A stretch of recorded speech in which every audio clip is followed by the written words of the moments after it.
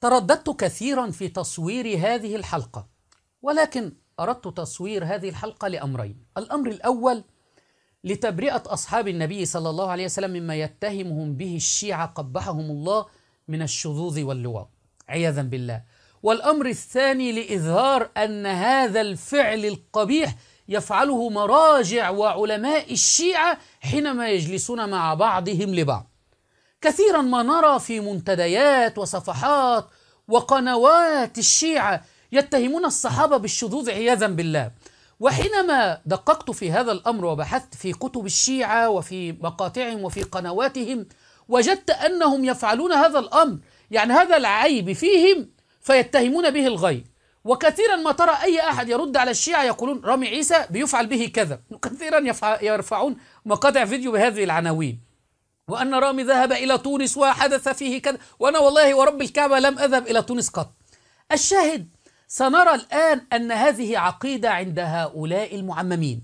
سنرى نجل رئيس الحوزة العلمية، نجل الخوئي ابن الخوئي الأكبر، معمم سيد كبير بلحية بيضاء، يثبت أن المرجع ده وكأنه وكيل الإمام المهدي عندهم، المرجع اللي لو لم يقلد مرجع كل أعماله باطلة، وهو من أهل النار الشيعي إن لم يقلد هذا المرجع يكون مرجع كبير ويفتي وهو يلاط به ويفعل به فعل قوم لوط.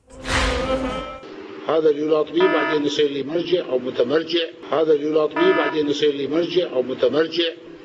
فهمت؟ يصدر رسالة ويصدر أحكام وفتاوى، يصدر أحكاما وفتاوى وهو مفعول به، ومرجع كبير ويفعل به هذا الفعل الشاذ. علمتم؟ ويتهمون أهل السنة بذلك عياذا بالله. أين عقلاء الشيعة من هذا؟ بل المصيبة الأكبر الآن أن قائد إيران، يقولون قائد الدولة الإسلامية وهي ليست إسلامية، قائد إيران خامنئي يعترف حسن اللياري أن خامنئي كان يفعل به فعل قوم لوط عياذا بالله وهو شاب، وهذا ثابت وموثق عندهم. خامنئي أيضا من هؤلاء.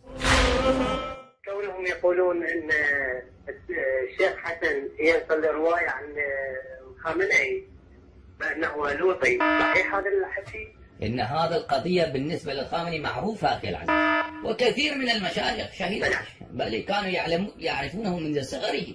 لا الشيخ العفو اسمح لي بس انقطع اتصالكم. أما الخامنئي بل إن مساويه كثيرة، واللواط ليس بكفر، هو يفعل ما هو أسوأ من اللواط بكثير.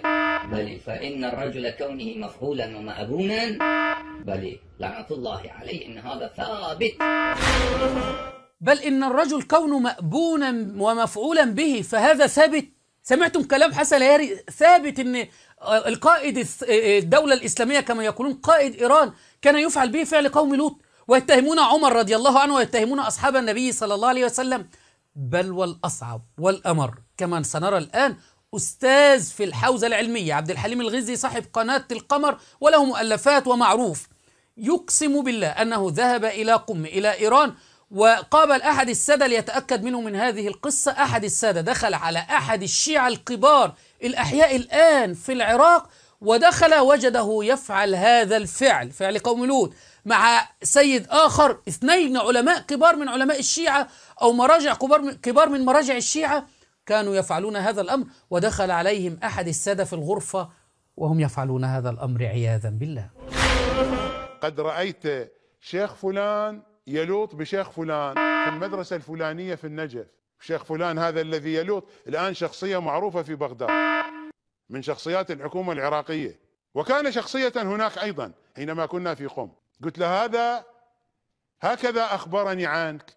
قال لي إيه؟ قال لي أنا دخلت إلى الغرفة وكان شيخ فلان يلوط بشيخ فلان ووقفت عليهما، فأنا سألته على طريقة الآخندية، قلت له سيدنا أنت رأيته يدخل فيه كإدخال الميل في المكحلة؟ قال لي شيخنا يا ميل يا مكحلة. قال لي أنا شفته يسوي كذا بالفصيح العراقي. قال لي أنا شفته يسوي بي كذا، ومع كلام لا أستطيع أن أقوله في الفضائية. قال لي وين السولف أنت يا مين يا مكحلة؟ وهذا الفاعل شخصية معروفة وله علاقة بمرجع كبير. والله إذا أذكر لكم اسم المرجع ستكذبونني.